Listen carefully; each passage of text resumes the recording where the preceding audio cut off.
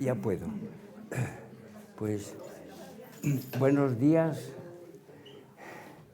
y me voy a proponer dos objetivos, a ver si conseguimos en la hora que me conceden, porque me ha dicho Gustavo que me será tajante, como, en fin, pues dos pretensiones, ¿no? La primera es intentar, ¿no? con esta artillería que traigo aquí, pues una crítica, continuando con lo que se ha dicho hace un momento, a la idea metafísica de razón, de la Ilustración, ¿eh? Y en segundo lugar, pues esto por un lado, y por tanto una crítica a Hegel, en relación a una expresión muy famosa que viene muy a cuento aquí, ¿verdad? Y en segundo lugar, pues pretendo hacer un pequeño ajuste de cuentas a mi antifranquismo de la época, pues, podríamos decir juvenil, ¿eh?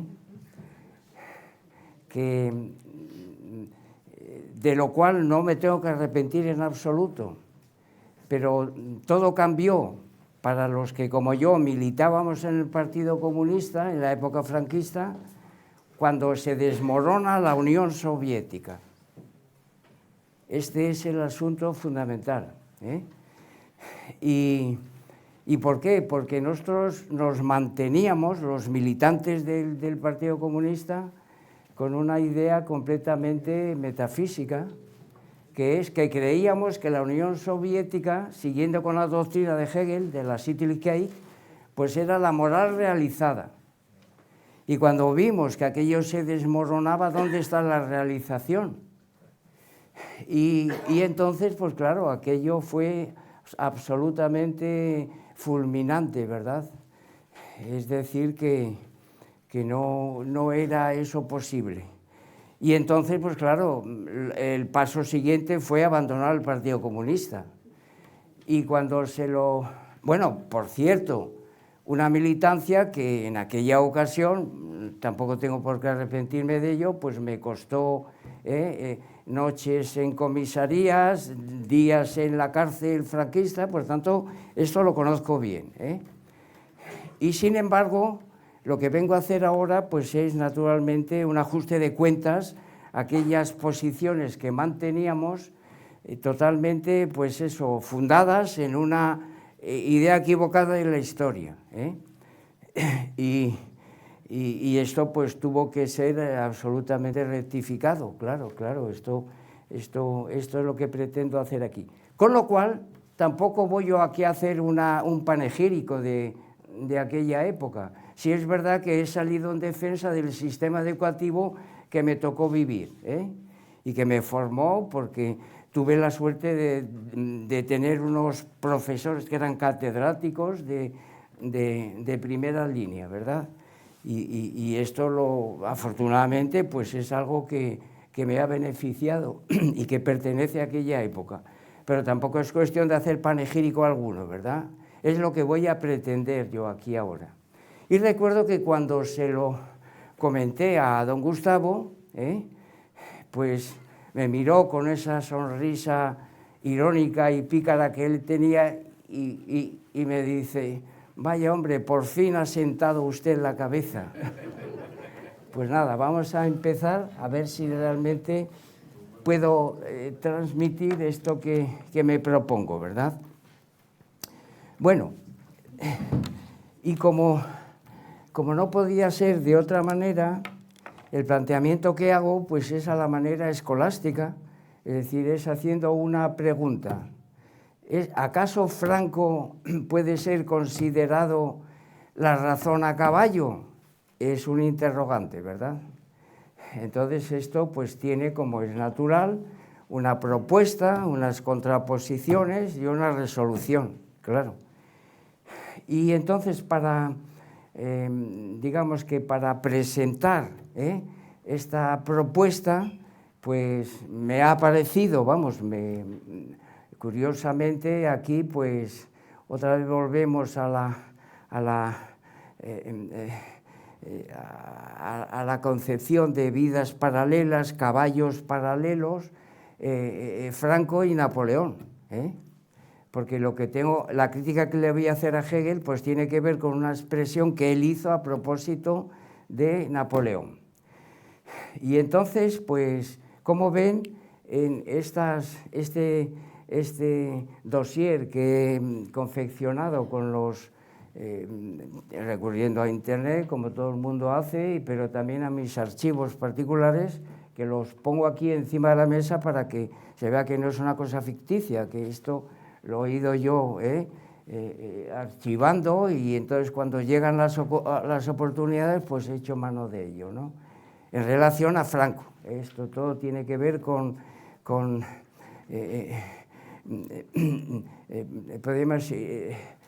apariencias veraces y falaces de la época franquista, ¿no? Que he ido recogiendo. Bueno. Entonces, el preámbulo, para dar cuenta de esta propuesta, Franco, dos puntos interrogantes, la razón a caballo, pues les he puesto como ejemplo, digamos como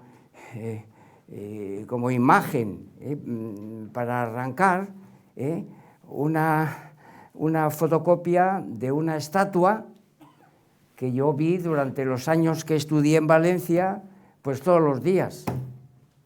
Y es Franco, una estatua, una escultura de Franco a caballo con el bastón de mando. Está como, después con la dichosa memoria histórica desapareció esta imagen y muchas otras, produciéndose pues un damnae memoriae, claro, sin duda alguna. Esta imagen estaba en la plaza, una de las plazas más hermosas de España, que es la plaza del Ayuntamiento de Valencia. Y en el año, me parece que fue 83, pues claro, con esta famosa ley, primero de memoria histórica, después democrática, etcétera, pues acabaron con Bueno, esta escultura de José Capuz, un escultor valenciano, pues por supuesto es una estilización de imágenes o de fotografías que tienen ustedes de Franco también a caballo en la página 6 y 7 de este pequeño dossier. Aquí tenemos a Franco de forma, bueno, pues prosaica, podríamos decir. Esto es la prosa de la vida de Franco, y por el contrario, tanto esta escultura de Capuz como esta otra escultura que hay aquí debajo, que está delante, ahora ya también ha desaparecido, en Zaragoza, delante de la Academia Militar, pues no, naturalmente son representaciones poéticas, estilizaciones de estas imágenes que tenemos aquí de Franco montado a caballo. Además, una de ellas pues pertenece a Jalón Ángel, etcétera, está ahí documentado. Bueno, esto en primer lugar, es decir que durante mi estancia en la Universidad de Valencia, donde pues tuve de profesores, como saben ustedes, pues a Garrido, Carlos París, Montero Moliner, etcétera, pues todos los días, al ir a la facultad, que estaba en la calle de la Nave, pues teníamos que encontrarnos con esta imagen.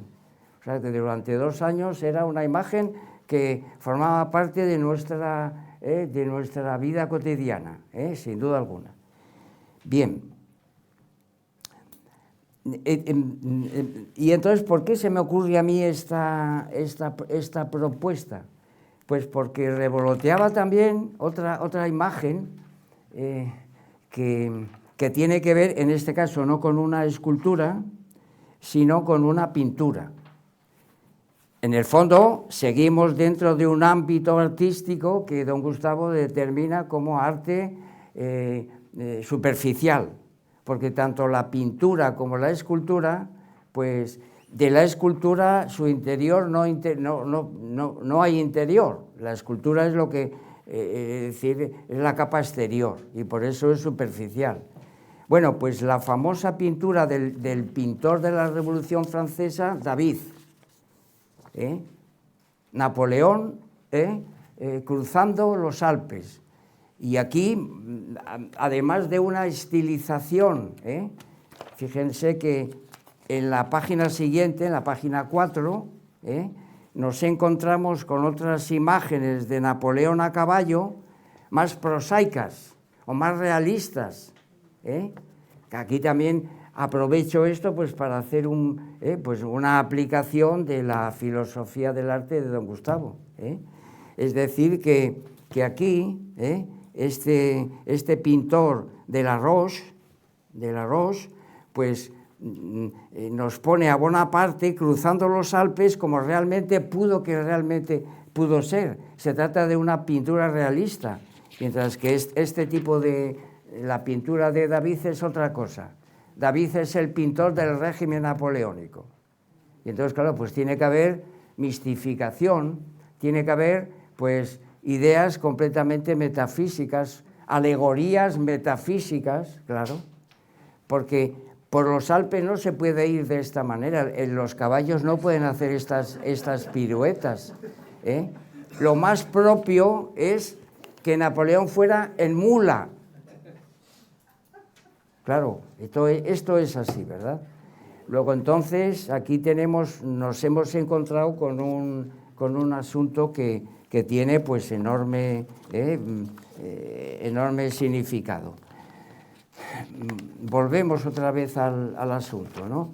O sea que ya tenemos bueno, pues bien, sobre esta imagen, Napoleón a caballo, pues a Hegel se le ocurre decir que es la razón. Napoleón es la razón a caballo. Y entonces, ¿qué tenemos que decir con respecto a esa expresión?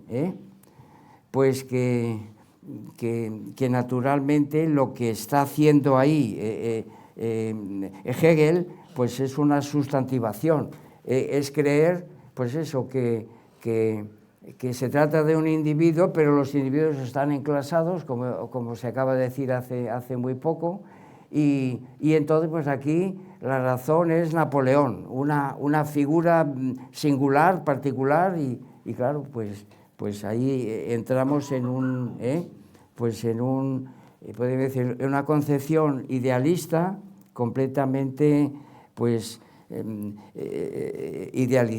una idealización, una mistificación de la figura de Napoleón, claro, que no puede él en absoluto, no puede reducirse la razón a las operaciones de una persona singular, ¿no? En el fondo, lo que hace Hegel pues, es un tipo de sustantivación, idealización y mistificación. Bueno, naturalmente los idealistas alemanes se dan cuenta de que esto es una exageración, y esto se concreta también en otra pieza artística de enorme importancia, que es la Heroica de Beethoven.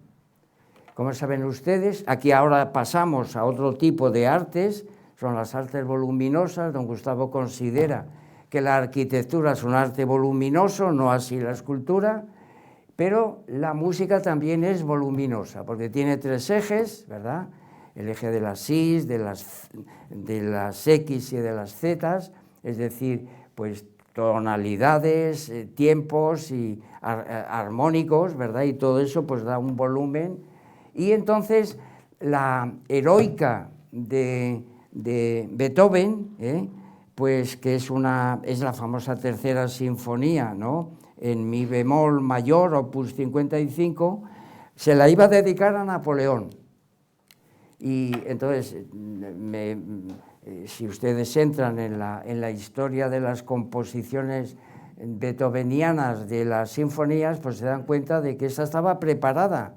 Y entonces, pues, para Beethoven fue un desengaño ese tránsito de Napoleón hasta, pues eso, hasta convertirse en emperador, que él creía, Beethoven creía que era eso, la razón republicana. Ya está. De forma universalizada es también una idea metafísica, ¿verdad? Pero eso es lo que él pensaba.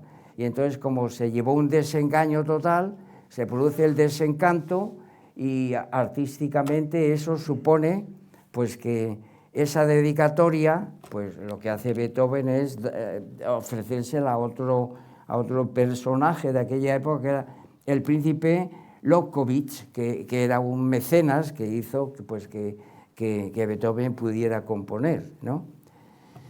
Este es el asunto.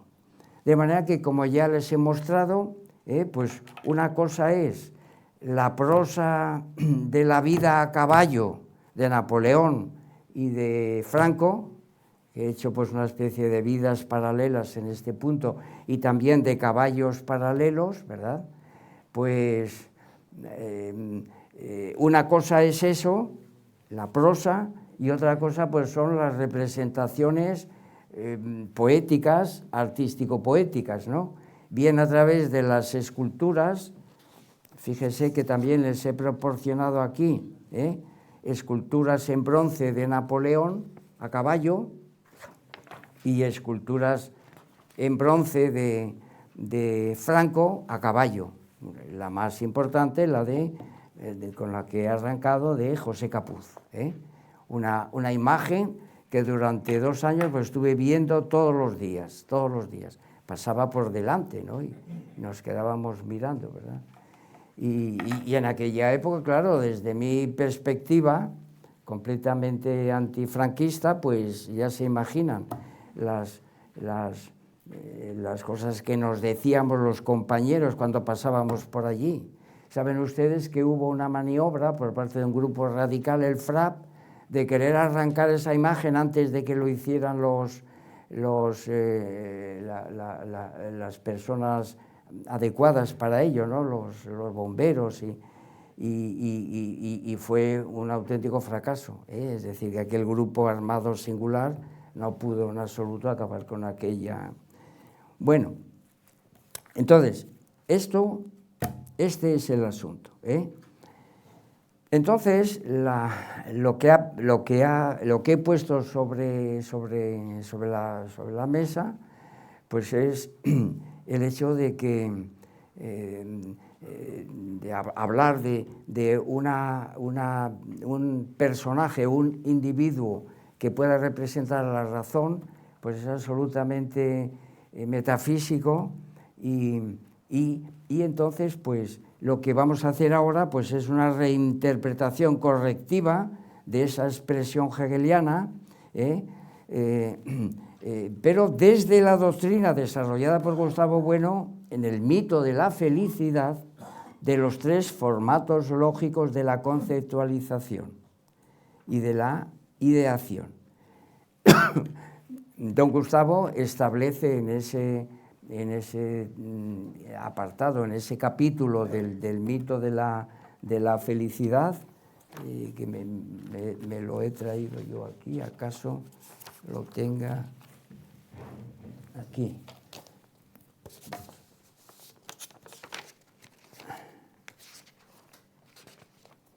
Bueno, pues como no lo encuentro. Sí, nada, es esto. Me había traído una copia de esa lista él establece los 3 formatos. Formato 1, que él llama pues formato subjetivo referencial, es de carácter subjetual, pero aquí el individuo está enclasado, como se ha dicho hace un momento, ¿verdad? Y entonces las personalidades pues pueden ser sustituidas por otros, sin duda alguna. Y entonces pues ese primer formato, por ejemplo, nos lleva a expresiones tanto de carácter subjetual como de carácter objetual. Así, por ejemplo, expresiones tales como tener razón, perder la razón, alcanzar el uso de la razón O decir, razones tiene el corazón que la razón no conoce, ese famoso aforismo de Pascal, pues todo eso entraría dentro de lo que serían expresiones subjetuales de este primer formato individual, ¿no? Desde el punto de vista objetual podemos hablar de razón de Estado, razones históricas, razón económica, razón científico-tecnológica, razón pedagógica, razón deportiva, razón artística, razón teológico-filosófica, Dios salve la razón, en ese escrito de don Gustavo, a propuesta pues del Papa Benedicto XVI. Bueno, ¿y qué otras cosas podíamos decir? Pues que don Gustavo se da cuenta de que en la construcción tanto de conceptos como de ideas cabe este primer formato, este primer formato al que nos hemos referido, que tiene pues todas esas modulaciones, ¿verdad? Pero hay otro formato que es el formato predicado. Y entonces aquí la expresión, esto que estoy diciendo yo ahora, este término no lo pone él en su lista, es lo que les quería mostrar. En la lista que nos ofrece él, que no sé, me la había, aquí está, hombre, ahora la he encontrado. Esta lista que está en la página 106, 107, 108, pues, por ejemplo, pues, Feliciano, Padre, Santo, Numen, Dios, Triángulo, y ahí pues hay formatos predicados, feliz, paternal, divinal, triangular, etcétera. Pues en el caso que nos ocupa, esto no lo incluye él en esta lista, pues sería racional, razón racional, es decir, tipo 1, razón, con esas variantes atribuidas a personas, pero como sujetos enclasados. El segundo formato, predicado, y por tanto podemos atribuir al racional pues alguna operación hecha por algún sujeto operatorio, claro, naturalmente, sin duda. Nosotros aquí lo vamos a utilizar a propósito de los planes y programas de Franco. Y entonces la tesis que vamos a mantener aquí pues es que tenían un componente racional muy claramente determinado. Es lo que vamos a analizar. Y me he tomado la molestia de ofrecer unos cuantos ejemplos de esos planes y programas con un componente racional. Y ese es el formato predicado, para hablar de esta expresión, ¿verdad? Y eso, formato racional. En la época de mi juvenil, yo no veía racionalidad por ningún lado. Claro, este es el asunto. Y esto es lo que intento yo ahora, pues ajustar cuentas. ¿Por qué no veíamos grados de que aquellos planes eran racionales? No nos negábamos, sencillamente porque teníamos la idea fundamental de que para llegar a esa moral realizada que es la Unión Soviética, pues Franco era un obstáculo absoluto, es decir, no podíamos admitirle ni esto, ¿verdad? No le podíamos conceder absolutamente nada. Bueno, y de ahí viene, por tanto, este formato. Los planes y programas del general Franco, pues eran necesariamente, eran racionales, claro. Y finalmente el formato 3, que tiene mucha relevancia, podríamos decir que el formato 1 tiene que ver con conceptos, el formato 2 pues es un adjetivo que califica proyectos, planes, programas, operaciones, y el formato 3 que es naturalmente lo que él llama el formato esencial, es decir, el sujeto esencial, y que de alguna manera pues identifica con las esencias platónicas, y que pues en el caso que nos ocupa, pues tiene un sufijo hipostático y son pues ideas tales como felicidad. Él lo hace precisamente para construir la idea de felicidad, la idea de paternidad, santidad, bueno, pues eso, solidaridad, humanidad y en este caso racionalidad. Es decir, que cuando terminemos lo que va a ser la resolución final, pues vamos a comparar lo que sería la racionalidad del franquismo frente a otros sistemas pues que no estaban dotados de ellos porque carecían, porque para que haya racionalidad pues tiene que haber otras virtudes en simploqué con ella, como puede ser pues la prudencia, la fortaleza, la generosidad, etcétera, y esto no se da en otras circunstancias. Así vamos a terminar. Bien, entonces el paso siguiente, claro, una vez que hemos dicho esto, ¿verdad?, pues me propongo en la siguiente, una vez que hemos puesto sobre la mesa, es decir, las cartas boca arriba, es decir, no podemos admitir la idea idealista de razón, sino que la idea de razón se descompone en formato 1 razón, en formato adjetivo racional y en formato esencial racionalidad, para aplicarlo precisamente a la expresión Franco, la razón a caballo.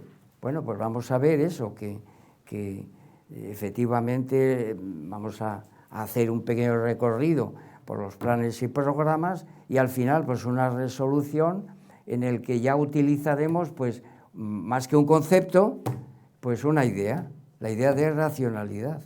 ¿Y por qué le atribuimos a ciertas operaciones franquistas por racionalidad? Lo hemos dicho, simploqué de muchas virtudes, ¿no? Es decir, que y por tanto una esencia que se corresponde o se parece a lo que Platón llamaba pues ideas esenciales, claro. Bueno, pues por eso les he proporcionado yo este dossier, ¿no? Y entonces pues nos metemos a hacer un pequeño recorrido por los planes y programas de la época franquista, de los años que Franco fue el jefe del Estado y que gobernó este país, y entonces pues con una visión madura que nos haga ver pues qué alcance tuvo, qué repercusiones tuvo y si realmente pues dejó una huella importante o fue una cosa efímera. Claro, primero que hay que decir, claro, que fueron 40 años. Fueron 40 años. Y esto supone, esta es una tesis fundamental, que algo tendrían aquellas operaciones que le permite durar tanto tiempo. Esto es así de claro, vamos. Porque movimientos contrarios los hubo, tanto dentro como fuera. Y sin embargo, pues él mantuvo ahí el asunto, ¿verdad? El bastón de mando, como hemos visto. Bueno, pues en este pequeño recorrido, echando mano de ciertos documentos que he encontrado, pues nada, vamos a ver que una de las preocupaciones de Franco en sus planes y programas, desde un punto de vista, podríamos decir, basal, ahora sí vamos a las capas de la sociedad política española, pues era la obtención de energía, y entonces, pues, planes de empresa pública española del año 67, UNOSA, algo se ha dicho ya aquí de esto, ¿verdad? Y entonces, pues ese plan que hay que reconocer pues que tuvo sus logros, sus aplicaciones y que con independencia de que no fuera todo lo maravilloso que se pueda decir, sin embargo, aquello funcionó y digamos que los objetivos se iban cumpliendo, ahí se producía energía. Otra cosa era la empresa siderúrgica en Sidesa, 1950, anterior todavía a Sidesa, pues fue fundada por el Instituto Nacional de Industria, y hubo que hacer unas obras tremendas porque al parecer en el sitio donde está, en Avilés, requirieron el empleo de métodos de cimentación con unos procedimientos muy sofisticados que supone una tecnología avanzada. Por tanto, esto tiene que ver con un plan que está dotado, pues naturalmente, que es un plan racional, tecnológicamente racional. ¿Cómo no lo veíamos entonces allí? Y entonces pasábamos por alto con aquel mito oscuro, pues del fin de la historia, en realidad, que tiene que terminar pues en la dictadura del proletariado. Nosotros decíamos, claro, esta dictadura de Franco tiene que ser barrida completamente para llegar a la dictadura del proletariado. Este era el planteamiento que manteníamos en el Partido Comunista. Y claro, pues, ¿qué es lo que ocurre? Que todo eso se desmorona cuando la Unión Soviética se descompone. ¿Y ahora qué es lo que hacemos? Esto ya no puede mantenerse. Bueno, otra cosa importante que hizo Franco, esto es evidente también, es que trató de buscar, así como UNOSA tiene que ver con energía en relación con el carbón, pues otra manera de obtener energía pues a través de centrales nucleares. Y entonces, pues ahí les pongo yo otra imagen que tiene lugar, pues eso, en 1948, fíjense, o sea, Franco, y eso que, lo de Hiroshima y Nagasaki, pues todavía sonaba, claro, era una cosa que asustaba. Sin embargo, Franco ahí tiene valentía y dice, no, aquí hay que emprender esto. Como saben hoy día, los movimientos ecologistas pues han cortado rotundamente esta posibilidad, cosa que no ocurre en Francia o en otros sitios, ¿verdad? Y disponen de energía nuclear, alguna de esa energía viene aquí a España, o sea que esto es así. O sea que centrales nucleares. Damos la vuelta a la hoja y entonces vemos aquí otra de las operaciones tecnológicas del franquismo que totalmente racionales. Aquí de nuevo el adjetivo racional. Y es pues el trasvase Tajo Segura, por ejemplo, ¿verdad? Esto en el año 40, y bueno, yo nací en el 45, pero yo vi después los efectos de aquel plan, un plan. Lo que sí que tuve la oportunidad de ver, otro plan importantísimo en relación con la ciudad de Valencia, que es pues el Plan Sur, a propósito de una inundación tan catastrófica como la que ha padecido Valencia hace poco con la Dana. Y entonces Franco se dio cuenta de aquello y dice que hay que hacer un Plan Sur. Y entonces yo esto lo recuerdo, claro, y nosotros decíamos, pero ¿cómo se va? Bueno, había ya movimientos ecológicos, que el cauce del río pues no hay que tocarlo, un poco lo que dice Heidegger en la cuestión de la técnica, cuando de los saltos de agua, dice, uy, ¿cómo vamos a solventar el curso del río Rin? Esto es Heidegger puro y duro, ¿verdad?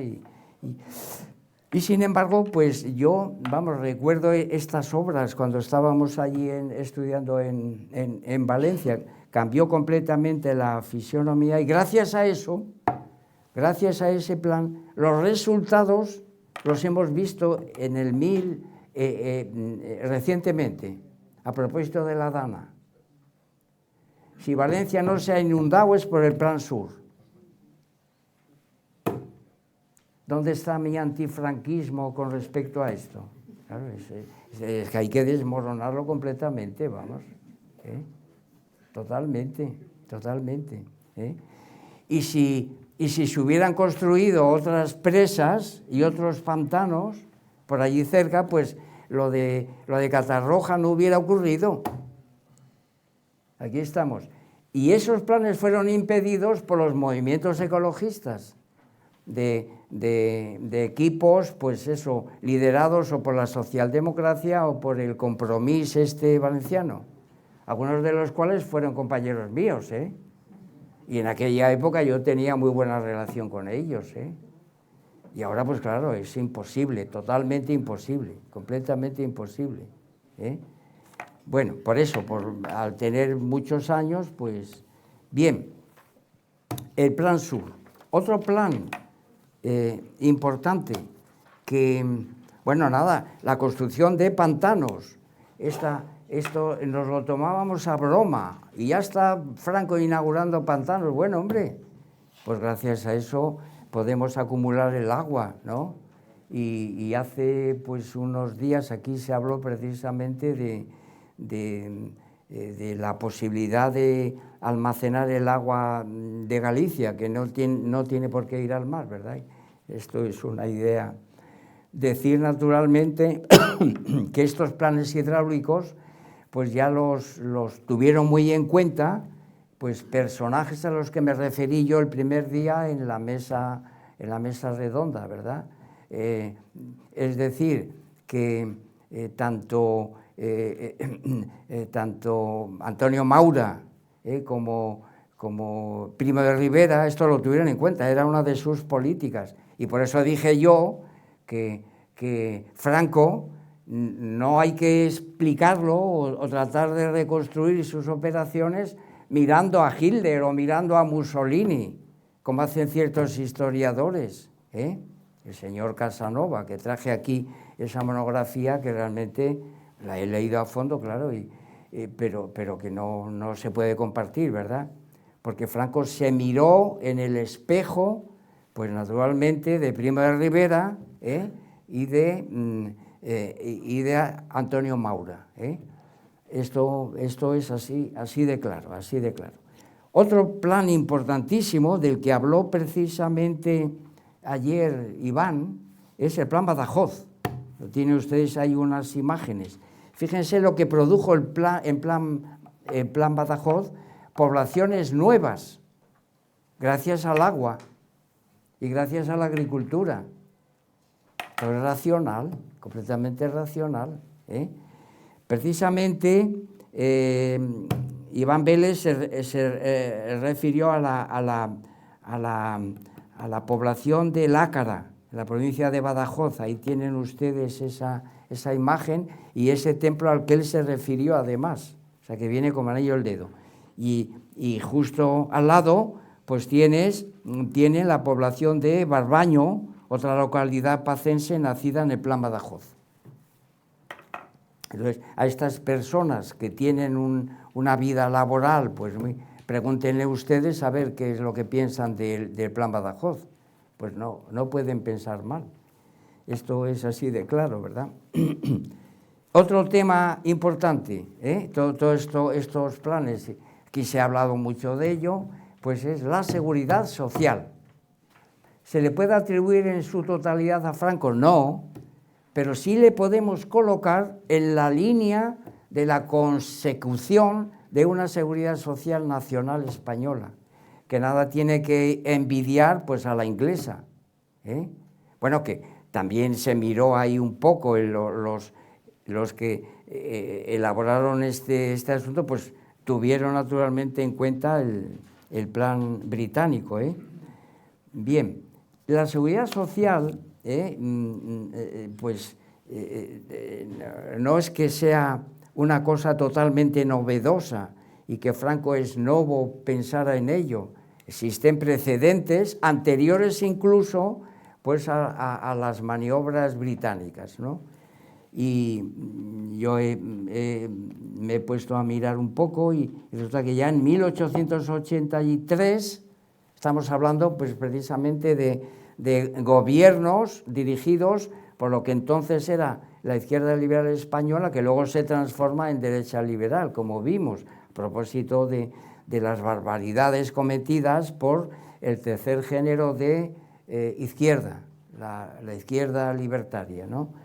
Y entonces, pues ahí, Comisión de Reformas Sociales, esto en el 1883, pero en 1900 se crea el primer seguro social, y la ley de accidentes de trabajo, y en 1908, esto tiene que ver con Maura, pues aparece el Instituto Nacional de Previsión, en el que se integran las cajas que gestionan los seguros sociales que van surgiendo. Sí, esto es. Bueno, más tarde, es verdad, en el 1919, pues se produce el retiro obrero. En 1923, estamos ya con Primo de Rivera, seguro obligatorio de maternidad. Bien, tampoco es justo decir que en la República no hubo también una aportación a esto, porque hay una continuidad. Entonces aquí no podemos, desde una perspectiva materialista, hacer un corte, porque en el año 31, pues se produce dentro de esta historia, pues el seguro de paro forzoso, 1931. Ahora bien, el seguro de enfermedad tiene lugar en 1942, y esto ya es franquismo. O sea que Franco hay que situarlo en esa trayectoria, y entonces, pues, que está en línea con todos los demás procesos anteriores. Algunos tienen que ver con la derecha socialista y otros, pues, tienen que ver con algún género de izquierdas, claro, el de la República. No podemos cortar. Y ya finalmente, pues en el año 47, seguro obligatorio de vejez e invalidez. Bueno, y no me entretengo más.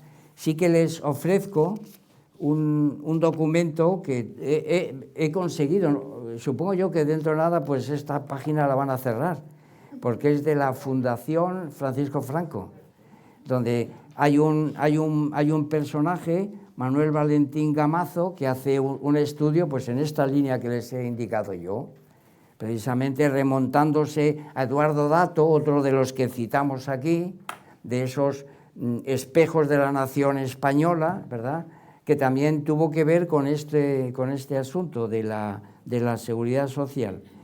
Y en este texto pues hay un fragmento del general Franco, en uno de sus mensajes de Navidad, que dice: jamás se ha entablado una batalla por la transformación social como la que hemos emprendido, y no desmayaremos mientras haya un dolor que aliviar o una injusticia que corregir.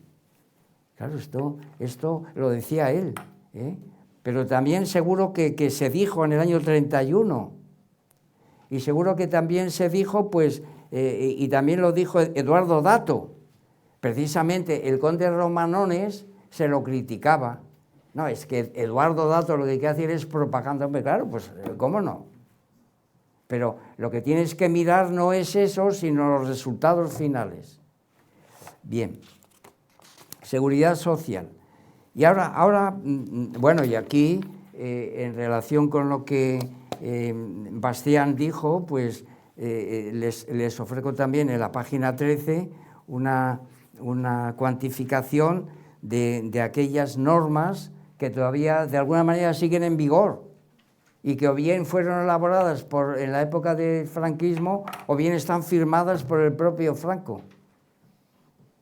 Luego, pues eso, es decir que y esto lo dijo muy bien Bastián, y fíjese que son muchas, 265 normas, pues eso, 169 aprobadas durante el franquismo, 66 de ellas no han sido nunca modificadas y 43 de ellas están firmadas por el dictador.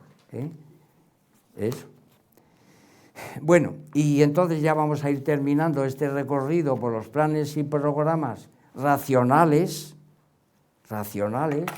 que esto es de lo que estamos hablando aquí, pues con lo que sería, pues eso, la capa cortical. Si hemos hablado de capa basal, pues en la capa cortical, que tiene que ver con el ejército, la importancia que Franco dio pues al armamento, al ejército, a la academia militar. Todo esto es absolutamente funcional y racional. Claro. ¿Cómo no va a ser así? Y entonces vemos aquí, como saben ustedes, precisamente Marruecos, ya se ha dicho, pues estuvo presente en el desastre de Anual y en Almucenas, el desembarco de Almucenas, junto a Primo de Rivera. Por eso Primo de Rivera es un espejo de la nación española en la que Franco se miró. Tuvo desavenencias con él, sí. ¿Por qué? Porque Primo de Rivera en aquella época era partidario de retirar las tropas de África y Franco no. Precisamente su permanencia ahí le hizo ascender poderosamente. Bueno, esta es una diferencia curiosa e importante. Y otra gran diferencia con Primo de Rivera, y esto sí que lo recoge el capítulo que yo les propongo de la monografía sobre Franco de este Casanova, este señor Casanova, es aquel capítulo en el que dice una expresión franquista, ¿verdad? Yo no haré lo de Primo de Rivera, es decir, dimitir. Primo de Rivera fue acosado, al final vio que esa dictadura monárquica o monarquía dictatorial, porque Alfonso XIII aceptó plenamente, sabiendo, por supuesto, que detrás estaban incluso hasta el Partido Socialista y la UGT, como dijimos aquí, ¿verdad? Y entonces este hombre lo que dice exactamente es que no, él no haría eso. Realmente Franco conoce lo que le ocurrió a Primo de Rivera. Primo de Rivera deja su dictadura y bueno, entonces Alfonso XIII pone el gobierno Berenguer, que es muy efímero, él se marcha a París y ese mismo año fallece. Estaba enfermo de diabetes, eso es verdad. Y entonces, con una gripe morrocotuda, pues se le agravó y murió en un hotel de París. Sí, naturalmente rodeado de sus hijas, las mujeres en este caso, porque José Antonio no se desplazó. Bueno, y finalmente, pues aquí tenemos otra maniobra franquista muy próxima a nuestra, que es a propósito precisamente de la Revolución del 34, Franco empleándose militarmente contra los mineros asturianos de la época del 34. Tenemos una fotografía histórica ahí, que se la ofrezco yo, junto a Alcalá Zamora. Es decir, que Franco, pues durante un tiempo, pues tenía buenas relaciones con miembros republicanos y pero luego pues la cosa cambió, claro, eso es, y aquí tenemos a Franco con Alcalá Zamora. Y luego ya finalmente no me he resistido yo la tentación de ofrecer pues puedo decir otra imagen que yo viví de manera directa, que fue esta imagen pues del año 64, sí, esto es, del año 64, que es cuando, bueno, y con esto hacemos referencia a la importancia que se daba en nuestra época pues al fútbol, ¿Y por qué he cogido yo esta imagen? ¿Acaso, pues yo que sé, guiado por mi afición a este deporte, como antiguo practicante, igual que fui militante del Partido Comunista, pues fui jugador de fútbol también. Y entonces yo sé muy bien, claro, porque era también delantero, sé muy bien lo que es meter un gol como lo metió Marcelino. Impresionante, vamos, es un modelo a seguir, ¿verdad? Y fíjense ustedes que Franco lo está presenciando. Jugábamos contra la Unión Soviética, por eso lo he querido traer. Y en aquella época, yo estudiaba el preuniversitario, pues en aquella época no había televisión en España, por lo menos en nuestro ámbito, televisión en color, y era blanco y negro. Y yo toda la vida creyendo que la camiseta de la selección española pues era la de siempre, la roja. Y cuál es mi sorpresa, que cuando lo veo en televisión en color, veo que la camiseta de la selección española era azul mahón. Y claro, y la camiseta de la Unión Soviética era roja. Con lo cual, aquello fue un auténtico... Y bueno, pues, vamos, realmente, la forma que tiene Marcelino de cabecear eso, pues, eso es, para los que se han dedicado alguna vez a este deporte, no, eso no se puede superar. Y por eso a mí me parece que aquí tenemos un ejemplo, pues, de auténtica... Bueno, y entonces ya finalmente vamos a pasar a la resolución.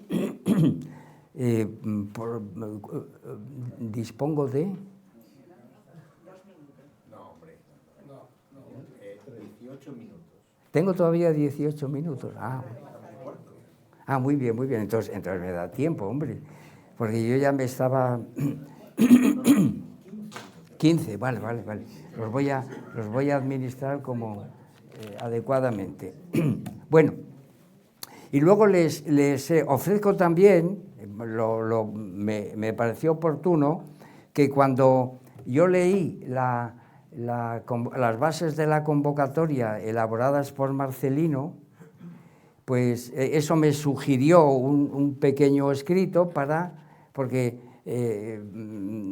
yo quería participar, naturalmente, en estos encuentros y entonces pues mandé ese escrito para ver si se me aceptaba y como tiene mucho que ver con todo lo que se ha dicho aquí, algunas cosas no han sido tratadas, etcétera, pero bueno, se lo ofrezco también, pues yo qué sé, porque me tomé aquella molestia y como fue aceptado, pues eso es. Bueno, entonces, ¿cómo vemos entonces? Que lo que yo les he planteado aquí, en este asunto, pues es un desarrollo no etológico. ¿Por qué pongo yo ese adjetivo?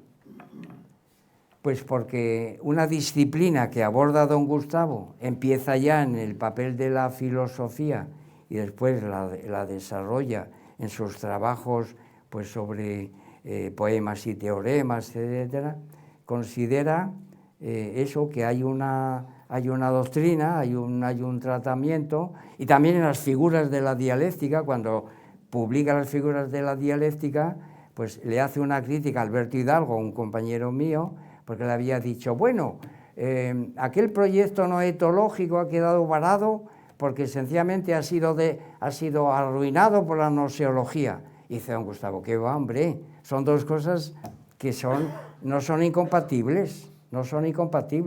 Y entonces, ¿qué es la noetología? Es la vuelta al revés de Husserl para ofrecer una teoría de la racionalidad.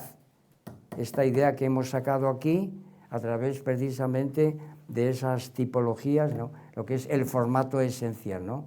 La racionalidad. Y entonces don Gustavo tiene clarísimo, por supuesto, que tanta racionalidad, bueno, que hay tipos de racionalidad diferentes, no es un término unívoco, claro. Hay una racionalidad noseológico-científica y hay una racionalidad poética, en el sentido artístico de la palabra, ¿verdad? Y esto pues no es incompatible, es decir, que uno puede... Bueno, por eso, ¿no? En este desarrollo noetológico hemos hablado de la propuesta, hemos visto los planes, Y entonces, antes de ir a la resolución, pues sí que me gustaría pues leer unos fragmentos de lo que es esa contraposición que encontramos a propósito de mi experiencia personal entre el mito de la izquierda y el mito de la derecha. Estas dos grandes obras de don Gustavo, leemos un par de fragmentos y entonces pues ya la resolución pues nos viene directamente, ¿no? Entonces, tanto en un libro como en otro, el profesor Bueno se refiere a Franco varias veces, que es de lo que yo me he intentado, es decir, ¿dónde encontramos tratamientos en los que don Gustavo se refiera a este asunto? Pues en el mito de la izquierda, pero también en Zapatero y el pensamiento Alicia. Hay un capítulo explícito donde don Gustavo se preocupa de Franco y el franquismo. En cuanto al mito de la izquierda, les leo un simple, de los fragmentos que tenía, uno solo, porque si no se me echa el cuarto de hora encima y no leemos el último de los textos, ¿no? Y es 263. Sí. Aquí dice esto es. Por consiguiente, constatamos ya con claridad, a propósito de la memoria histórica, que la memoria histórica se aplica selectivamente al contexto de la recuperación de los huesos de los fusilados por Franco en la guerra civil o en la posguerra, enterrados en fosas colectivas y anónimas. Recuperación reivindicativa, puesto que se dice los fusilados y asesinados pertenecientes a la parte de Franco ya recibieron sus honores en el Valle de los Caídos, otro asunto que está en candelero, ¿no? El asunto del Valle de los Caídos, ¿no? Bueno, como saben ustedes, don Gustavo, por mito de la izquierda es la creencia de que la izquierda es un bloque homogéneo. Entonces dice, no, eso es imposible, hay muchos géneros de izquierdas, a veces enfrentados entre ellos, como hemos visto, claro, los asesinatos de miembros de un partido a otro, etcétera.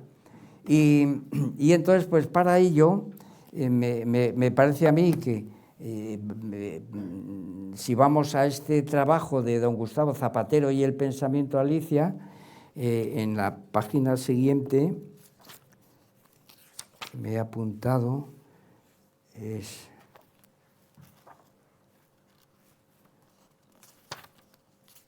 eso es. En esta página leemos lo siguiente, fíjense. Además, estamos en el análisis, ya saben cómo plantea don Gustavo sobre Franco y el franquismo, hace una presentación, una paráfrasis. En el análisis dice, además, la república incipiente, la del Pacto de San Sebastián, distaba mucho de ser un proyecto único. También la república. Allí había republicanos puros, incluso de derecha liberal, como don Niceto Alcalá Zamora, hemos visto a Alcalá Zamora con Franco, don Miguel Maura, hijo del célebre don Antonio Maura. Había republicanos de izquierdas, socialistas moderados, pero inmediatamente proclamada la Constitución y antes de la intentona de Sanjurjo, en nombre de la monarquía, surgieron grandes focos de rebelión en el Alto Llobregat y en Sevilla, con voluntad de proclamar el comunismo libertario, etc.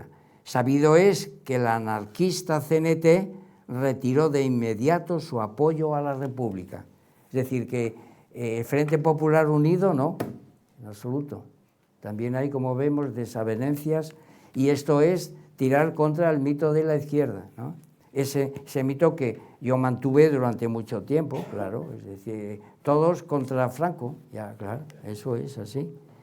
Y ya termino con una página que es esta, que dice, esta sí que es muy importante, con la que termina don Gustavo, está en su apartado final, así elabora él, dice: la intelectualidad, entre comillas, la cultura, la industria, la construcción de escuelas en el franquismo fue incomparablemente más rica que la intelectualidad, entre comillas, la cultura, la industria, la construcción de escuelas, incluyendo la institución libre de enseñanza, en la época de la República.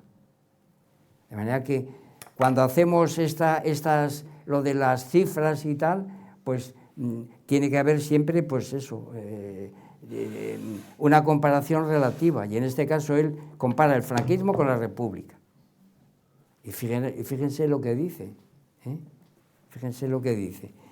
Y termino, aunque no solo sea porque la República propiamente solo duró 2 años y el franquismo duró 40, lo del tiempo, eso es, o sea que hay un tiempo histórico, y hay y cuando un régimen o un sistema pues dura tanto, tiene que explicarse de alguna manera, y es precisamente por su racionalidad. Esta es la tesis que yo mantengo aquí, ¿no? Y ahora vamos a ver exactamente, bueno, porque los planes y programas eran racionales, no eran, pues yo qué sé, ocurrencias de Franco y banalidades, y no, él hizo unos planes y unos programas que, bueno, esto en el mito de la izquierda y en Zapatero y el pensamiento de Alicia. Y finalmente terminamos con un fragmento del mito de la derecha, donde pues don Gustavo, como saben, tipifica la figura de Franco dentro de una modulación de derecha que es la derecha socialista. Y entonces leemos el fragmento para ir terminando ya. Dice don Gustavo, mito de la derecha, página 238. Con el maurismo, la derecha inicia un proyecto socialista.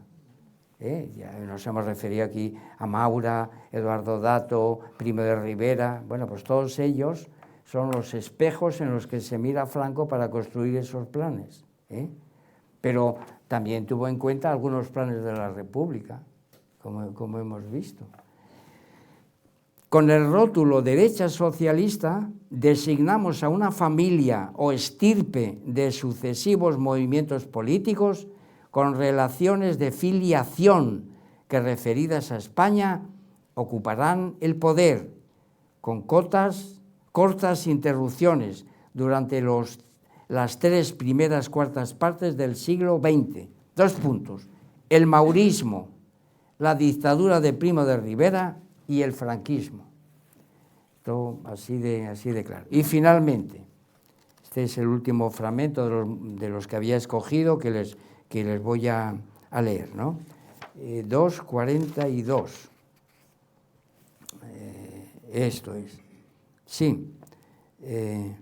Dice: ahora bien, el lema revolución desde arriba fue el lema de Maura y de Silvela. Antes, por cierto, de que lo invocara el general Ludendorff para justificar la incorporación del SPD al gobierno alemán, horas antes de la petición de armisticio a finales de septiembre de 1918. Y la resolución desde arriba, contando eso sí, sobre todo, al menos teóricamente, porque en España no se podía contar con las instituciones, cuerpos o organismos que solo buscaban su propio interés, con el pueblo, no al margen de él, al modo del despotismo ilustrado. Es precisamente la fórmula que define perfectamente la ideología política regeneracionista y reformista de la dictadura de Primo de Rivera y del régimen del general Franco. Es decir, una especie de revolución desde arriba. entonces ya, termino con la resolución, que es en dos proposiciones.